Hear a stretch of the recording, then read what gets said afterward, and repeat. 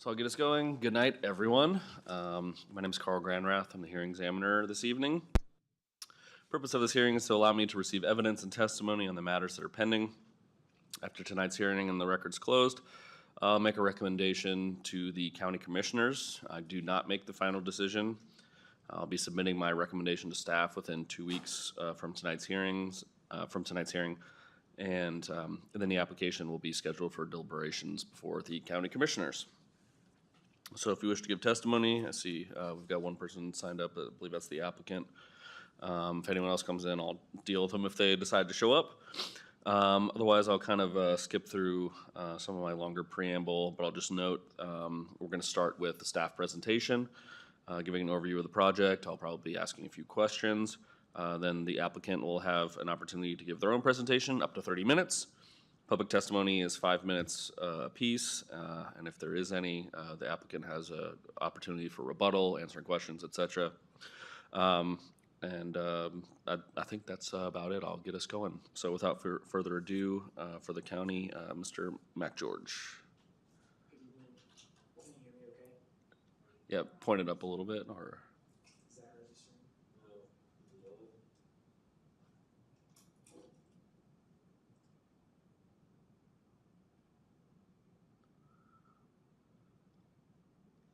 Check. Does that register? Okay. There we go. All right. Good evening, Mr. Hearing Examiner.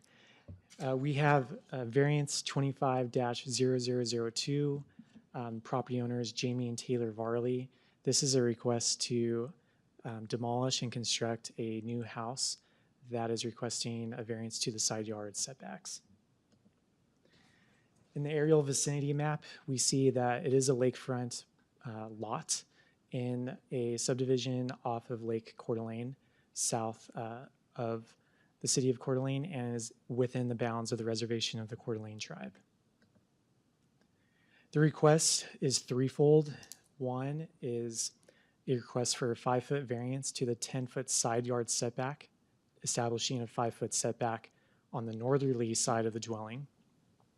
The second is a 4-foot 4-inch variance to the 10-foot side yard setback to establish a 5-foot 8-inch setback from the southwesterly side of the dwelling to the edge of this southerly property line, and then a 2-foot 9-inch variance to the 10-foot side yard setback to establish a 7-foot 3-inch setback from the southeasterly side of the dwelling to the edge of the southerly property line.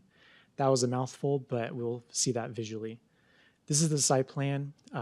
We'll zoom in closer in a second, but the left side are existing conditions, the right side are proposed conditions. Looking closer at the existing footprints, we can see outlined in light green on the south, the existing dwelling, and then it's also showing the garage to the north and left of that. Both are planned to be demolished. This is the proposed footprint outlined in black.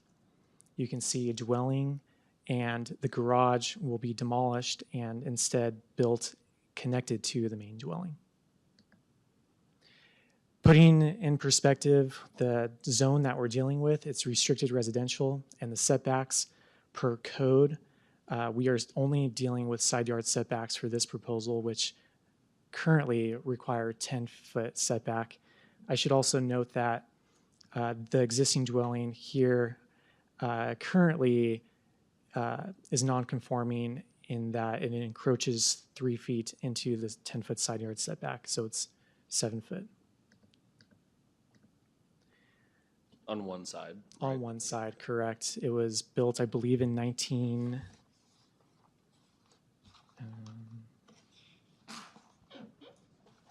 68? Correct, 1968. Thank you.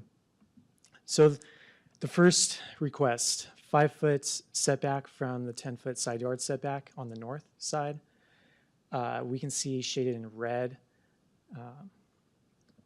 Setback 2, having a 5-foot 8-inch setback from the southwesterly side is highlighted in red there. Setback 3, having a 7-foot 3-inch setback from the southeasterly side of the dwelling, we can see highlighted in red there. This is an aerial showing the limited frontage and the narrowness of the site. And visually, you can see probably better the garage, and then to the right of that, under the trees, is where the dwelling is. A different aerial showing the dwelling to be demolished, and then it is off of West Rockford Bay Road on the right. This is a photo kind of giving a glimpse into the entrance from the public road. The bottom right exhibit shows where the photo was taken. And you can see there are sloped conditions entering or ingress to the site. Second photo, this is showing just the right side, no windows on the adjacent dwelling. And this is the general area in which the dwelling would further encroach. This is the left side, same thing. And the left side looking straight toward the lakeshore side. And then this gives a good perspective of the slope conditions we're dealing with from the lakeside. Public agencies, the reservation of the Coeur d'Alene Tribe, we did solicit a comment via both IMS online, and we also mailed the agency memo to them. We did not receive a comment. Idaho Department of Lands, Navigable Waterways, they are requiring an application for an encroachment permit for the existing water intake line. However, they did approve of the request. Idaho Department of Water Resources likewise approved. Panhandle Health District approved, and I should note that's both whether the applicant does proceed with the continuing use of the water intake line or a well. Worley Highway District was neutral. Worley Fire District approved. Kootenai County Building Division approved with fire resistance requirements since it's impeding to the side yard setback toward the other dwellings. Kootenai Electric Cooperative also approved. There were 2 public comments received, one in support of the request and one that provided a statement but did not specify their position regarding the request. The required findings, which staff have found have been met. Going through B1, there is an undue hardship due to severity of slope toward the lakeshore and road, in addition to extreme narrowness of the lot. B2, according to the narrative, construction of a 2-room wide structure with access hallway is not possible with current setbacks. B3, the parcel was legally created in conforming parcel and it was not self-imposed. C1, conditions of approval require construction to meet fire resistance ratings. Neighbors don't have windows looking onto house, so limited visual impact, so limited adverse effects. B2, smaller setbacks and variances are typical for waterfront lots in general. And B3, likewise with B1, there are conditions of approval imposed by the agencies. The variance will not adversely affect the neighbor if the building code is met. So overall, complete application was submitted. All findings have been met for recommending approval. And here's the site plan, and I stand for any questions. Yeah, thanks for your presentation. I guess just a couple quick follow-up questions. Do you know about history of variances in the region or maybe adjoining properties, nearby properties? I'm sorry, repeat the question. Do you know about history of variances in the area, neighbors, So adjoining properties? yeah, I did look into it. Were a couple of variances approved. One on Rockford Bay Road to the east, and that was approved in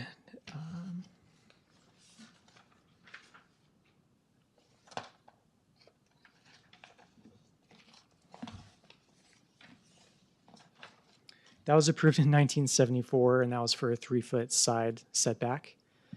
And then in 1994, there was a variance approved to the west on Rockford Bay Road for a 2-foot side yard setback northwest. I did not see any more recent variances than that. Okay, just thanks for that answer. Thanks for looking into that. I meant to look at your guys' code before this. Are there accessory dwelling or accessory units like garages have different setbacks? Not for the restricted residential zone. Okay. Let me pull 'Cause I that did up to notice a lot confirm. of buildings and accessory buildings that were like right on the property line, I think including one of the neighbors. That may be true. It could be that they're non-conforming. I did not look at those properties beyond the specific property, so that may be possible. Okay.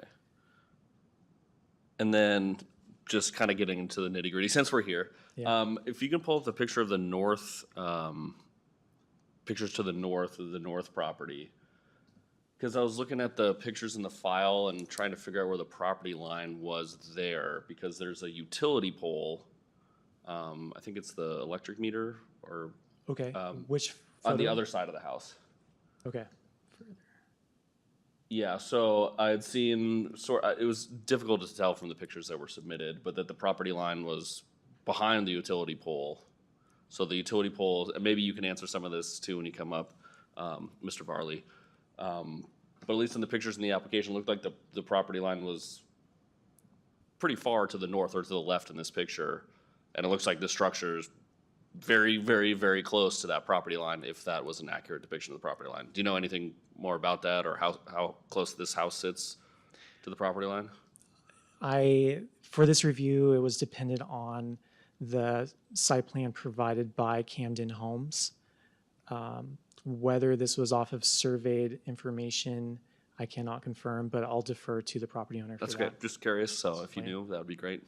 All right. That's all the, excuse me. That's all the questions I had for you. All right, Thanks. thank you. All right. We have Taylor Varley, which I believe is the applicant. So you have up to 30 minutes. Wow, and You can do a PowerPoint if you want. First of all, I appreciate your guys' time. I know there's a lot of time and effort that have gone into this, and I appreciate you guys giving us some attention here. I really don't have any prepared remarks, but just to be a resource if you have any questions and anything I can do to help you answer any questions that you may have. Yeah. I reviewed the whole file, and I kind of just had these little questions around the edges. Again, I was curious if you knew where the property line was by that utility pole. Yeah, if we go back to a couple of those pictures, I can at least give us a decent idea. On the if you stick on this one here, so kind of on the left side of that picture, you can see kind of those 2x4s that are sticking up. Yeah. That's actually a portion of a fence. So that's roughly kind of where the property line is. I did some quick measurements, and it was about 7 feet, more or less, the current existing house to the property line. But again, that's not like surveyed, that's just kind of spitballing it. I did a site visit today, and I kind of did the same thing. But again, looking at the neighbor's structure, it looks like it's right up next to the property line. Yeah, theirs is probably, I think it's a little bit deceiving, I think, in the picture. Theirs is, I would dare to say that they're probably at 10 feet. Okay. Or maybe a 7, equal 7, but certainly not right on the property line. Okay, I don't want to take us too far afield into the weeds. So let me just double check. I had 1 pages of notes that I left in the car. Yeah, I think I was just gonna mostly ask about the variances in the neighborhood. So give me a moment to remember if I had any other questions for you. None are coming to mind. So again, I reviewed the file and asked all the questions I had of staff. Mr. Callahan, is there anything you want to say on this file? No, sir, not at this time. Okay, anything else? Consideration. Very Absolutely. much. Thank you. Any administrative matters? Or, oh yeah, we're not connecting people via Zoom now, are we? Right, okay. So I don't need to check and see if there's anybody online. They can be on the phone. Oh, okay. There's no one on phone. Okay. All right. Well, that'll do it for tonight. I have 6:14 p.m. and with that, I'm going to close the record for variance 25-0002, the Varley Lakehouse. And we are now adjourned. Thanks, everyone. Thank you.